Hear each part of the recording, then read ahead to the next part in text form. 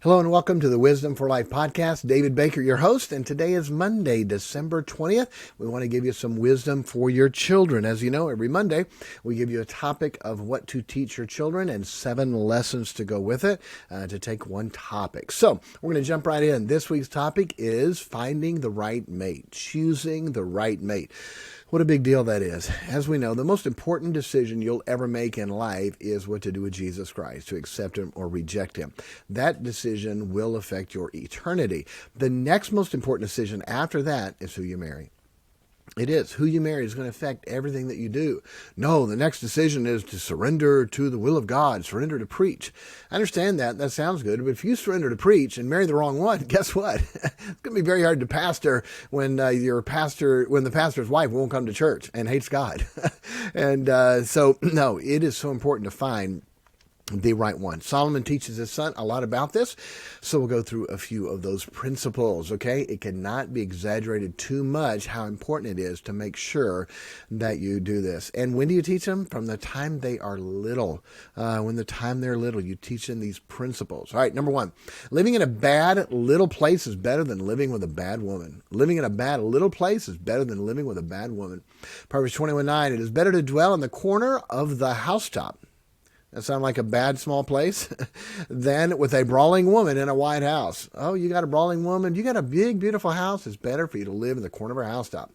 Proverbs 25:24, it is better to dwell in the corner of the housetop than with a brawling woman and in a white house. Why do you repeat that? Because it's important? Because he saw his son liking some girl going the wrong direction? Son, I'm telling you, it is better to dwell in the corner of the housetop. Okay? It's amazing. Repetition is the key to learning. Do not forget that with your children. Don't think, oh yeah, I already taught them that. Okay, have you taught them that 20 times? How about 30? How about 40? They need to hear it over and over. Repetition is the key to learning. Next. It is better to live in the wilderness than with a bad woman. Proverbs 21:19. It is better to dwell in the wilderness than with a contentious and an angry woman. By the way, do you think Solomon knew this for his own personal example? Yes, with as many women as he had, wrong way to do it. He definitely knew what he was talking about. Son, it's better that you dwell in the wilderness, in the cold, in the rain, without shelter, than to dwell with a contentious and angry woman. My kids would say, Dad, are you trying to scare us to never get married? No, I'm just trying to make sure you don't marry the wrong one, because if you do, son, it's not going to be good. You hear what Solomon said. Brawling, the act of quarreling, okay? Brawling. Doesn't mean she's not strong. I love a strong-willed woman. Doesn't bother me at all. I know I'm stronger, and most of the time a strong-willed woman, they're very capable, but they need a strong leader they can follow. Many women have to lead because their husbands won't, okay? So a strong-willed woman is not bad as long as she is submissive to her husband. It's totally different than a brawling woman, okay? Totally different than a brawling woman. Number 3, when you find a wife, you find a good thing. Proverbs 18:22. Whoso findeth a wife findeth a good thing and obtaineth favor of the Lord. Okay? Whoso findeth a wife. That's singular. Okay? Not many wives, a wife. Solomon said to rejoice with the wife of your youth. You can read the context there in Proverbs 5. He's talking about the intimate. Rejoice with her, the wife of your youth. Let her be your loving hind and pleasant roe, as Song of Solomon says. Don't go chasing anybody else. Find a wife. You found a good thing, and you keep your focus on her. All right, number 4. If you get a prudent wife, you've gotten her from the Lord. Prudent is someone who's wise all the time, wise in everything they do. Proverbs 19:14. House and riches are the inheritance of fathers, and a prudent wife is from the Lord. A prudent wife, someone who's wise all the time, that comes from God. I say the most important thing you can have in children is to help them to get the right one. You're not going to get what you want. You're going to get what you are. If you're a lying, stealing, manipulative person, then guess what you are going to get in a spouse? A lying, cheating, manipulative person. How come? Because you're going to get what you are. Sowing and reaping. Plant corn, corn comes up. You're not going to get what you want. You're going to get what you are. Such a big principle, such a big point to make sure of, okay? Prudent wife is from the Lord. You can get a wife anywhere, but a prudent wife, that only comes from God. Next, don't get a wife that will nag, drip, drip, drip. Proverbs 19:13 says, a foolish woman is a calamity of his father, A foolish son is a calamity of his father, and the contentions of a wife are a continual dropping. Drip, drip. Faucets don't do it like they used to, but boy, growing up, you had that faucet, and it was loud and echoey going down. It would keep you up. Drip, drip, drip. A contentious wife. Contentious. Drip, drip, drip. Irritating, nag, criticize. You don't want that. Watch and see when you meet somebody, if you're dating, if that's the way they are.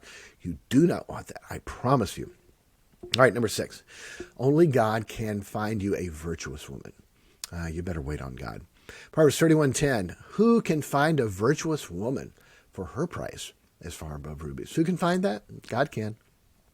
God can. Wait on her. Wait on that virtuous woman. Her price is far above rubies. And Proverbs 7. The virtuous woman will be trusted by her husband and will do him good all the time. I love this. Proverbs 31:11. The heart of her husband does safely trust in her, so that he shall have no need of spoils. She will do him good and not evil all the days of her life. Hey, if there was, chuckle, if there was anything bad about Pastor Baker, guess what? You're never going to hear it from my wife. How come? Because she is going to do me good and not evil all the days of my life. I have a virtuous woman. God gave me a virtuous woman. And boy, if there's ever time to get right with God and stay right with God is while you're dating, looking to find that spouse. Of course, keep it up. But I have a bad past and background. If you've listened to these podcasts, you know. But boy, when I surrendered. When I got right with God, I got right with God. And I knew my future wife was going to be dependent upon what kind of guy I was. And so God gave me a wonderful, wonderful wife, married for 31 and a half years, 11 children, pastor's wife, servant, to rear our children, to work together. It's been a wonderful, blessed, amazing thing. I cannot emphasize it strong enough how important it is who our children marry. You think about this. We teach, we train, we instill, we put things in our children for 18, 19, 20, 25 years of life. But who they marry could totally turn them against God, turn them against you, turn your grandchildren against you by who they marry. It cannot be stated strong enough how important it is to make sure that our children find the right mate. They need our influence. They need our help. With our children, we have 4 that are married and 2 that are working on it and 2 more that are right behind that working on it and 2 more not far behind that. Anyway, we have all of our children except 3 are 18 and above. And so they're either married or in the process of going down that. And so you got to keep a close relationship with them where they will let you influence. They're adults, they can marry whoever they want and move out and do whatever they want to do, but have the type of relationship with them where they want your input, where they want to say, Mom, Dad, what do you think? Honey, I don't think this is the one God has for you. Okay, I don't think so either. I'm going to break it off. Okay.